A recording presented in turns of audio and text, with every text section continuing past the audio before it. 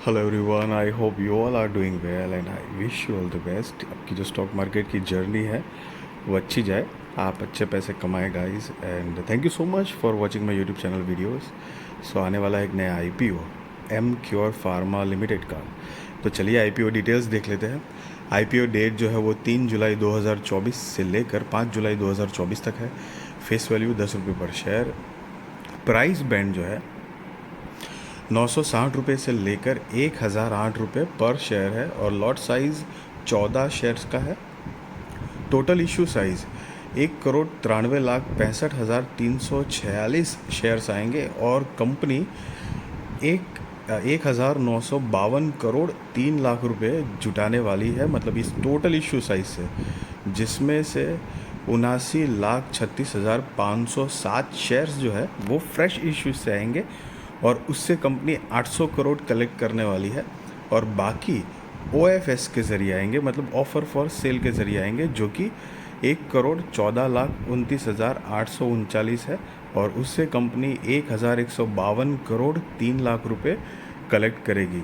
So basically guys यहाँ पर fresh issues से जो पैसे कलेक्ट होंगे वो सीधे सीधे कंपनी के एक्सपांशन, ग्रोथ, डेवलपमेंट उसके लिए यूज़ होंगे। और ये जो ऑफ़र फॉर सेल 1,152 करोड़ रुपए जो कलेक्ट हो रहा है वो बेसिकली सीधे सीधे प्रमोटर्स के पास जाएंगे। एक भी रुपया वो कंपनी के अंदर नहीं जाएगा। अब इसका बेसिस ऑफ अलॉटमेंट 8 जुलाई 2024 को होगा। इनिशिएशन ऑफ रिफंड 9 जुलाई 2024 है। Credit of shares to demat वो भी 9 जुलाई 2024 है। लिस्टिंग डेट 10 जुलाई 2024 है। Cut off time for UPI mandate confirmation शाम को 5 बजे 5 जुलाई 2024 है गाइस। अब यहाँ पर एम्प्लॉय डिस्काउंट है जो कि 90 रुपये का है, मतलब जो कोई भी ये कंपनी के एम्प्लॉय है उनके लिए एक अलग से 90 रुपये का पर शेयर का डिस्काउंट रखा गया है।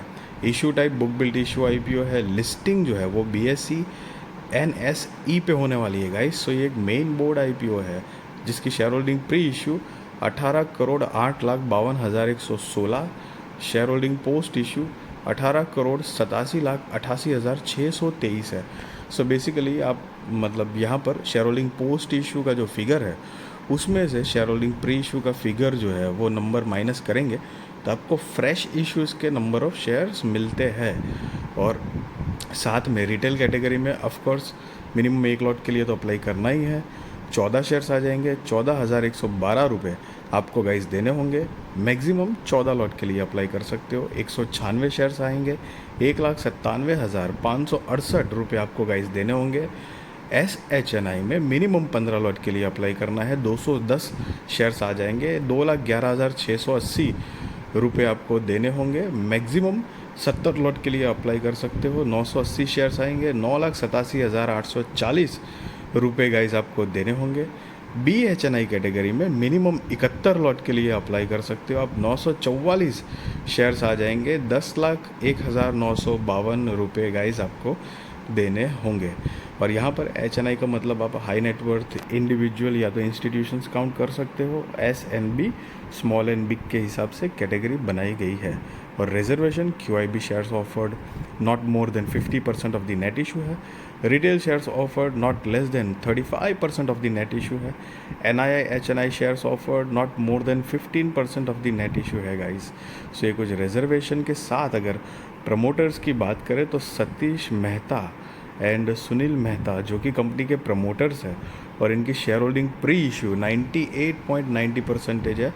शेयर होल्डिंग पोस्ट इशू नहीं दी गई है, तो अभी 98.90% का स्टेक प्रमोटर्स के पास ही है। एक तरह से समझो मोटा मोटी तकरीबन सारा stake.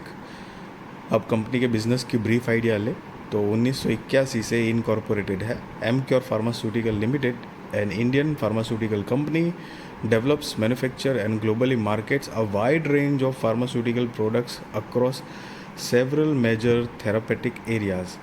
The company has been the company has been ranked 13th in domestic sales among pharmaceutical companies in India for Met September 2023 and 4th in the market share in its covered market for the same period.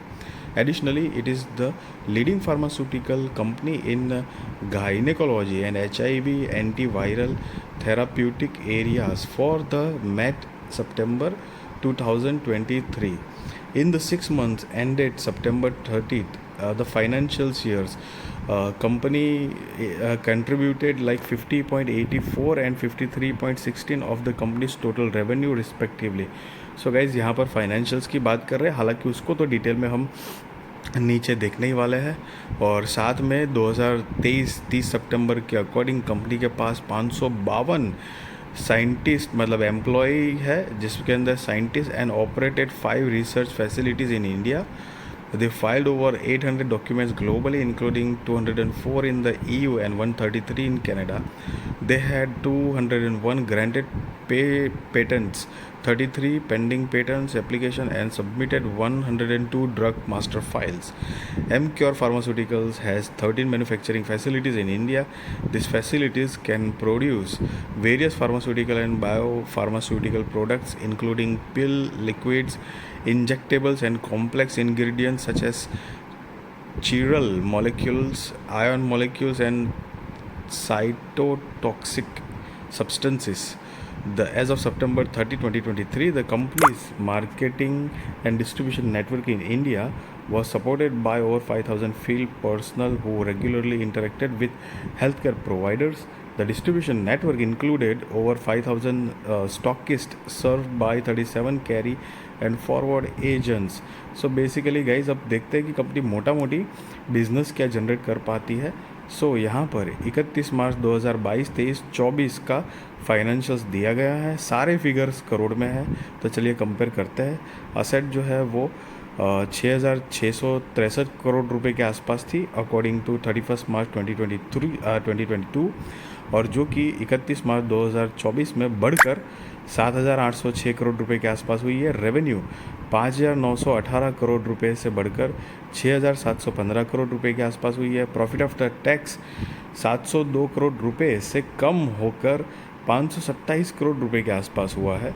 Okay, net worth जो है वो 1,987 करोड़ रुपए से बढ़कर 2,952 करोड़ रुपए के आसपास हुआ है। रिजर्व्स एंड सरप्लस 1,791 करोड़ रुपए से बढ़कर 2,722 करोड़ रुपए के आसपास हुआ है। और टोटल बोरोइंग्स जो है वो 2,102 करोड़ रुपए से बढ़कर कम होकर 2,091 करोड़ रुपए के आसपास हुआ है गाइस।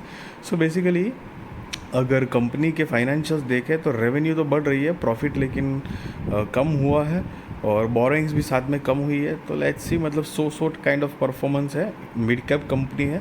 अब देखते हैं मार्केट कैपिटलाइजेशन जो है वो 19,029 करोड़ रुपए के आसपास का है।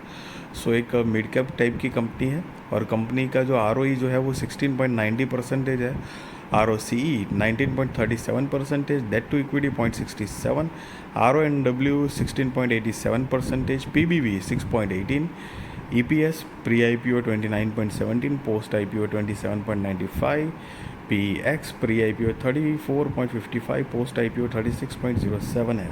और ये जो आप नोट देख रहे हो वो बेसिकली उन्होंने EPS कैसे कैलकुलेट किया है उसके बारे में बताया है, pre-IPO एंड post-IPO। अब ऑब्जेक्ट ऑफ इश्यू अगर देखेंगे तो repayment and prepayment of all और a portion of certain outstanding borrowings availed by the company and general corporate purpose. So ये कुछ 2 मेजर रीजंस दिए हैं यहाँ पर कंपनी ने IPO लाने के लिए।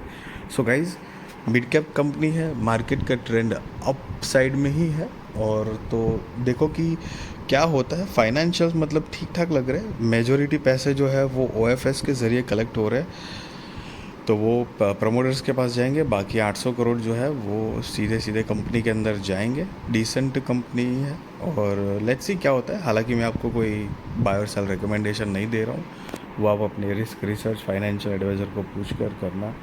And I wish you all the best कि आपकी स्टॉक मार्केट की जर्नी अच्छी जाए, आप अच्छे पैसे कमाए guys, and be responsible trader, be responsible investor, value your money guys. And अगर वीडियो अच्छी लगी तो ज़रूर लाइक शेयर सब्सक्राइब करिए। आपके सारे कॉन्टैक्ट के साथ भी मेरी वीडियो चैनल शेयर करिए, ताकि उनकी भी स्टॉक मार्केट की जर्नी और भी ज़्यादा कॉन्फिडेंट, सक्सेसफुल और अवेयर हो पाएगा। Thank you so much for watching this video.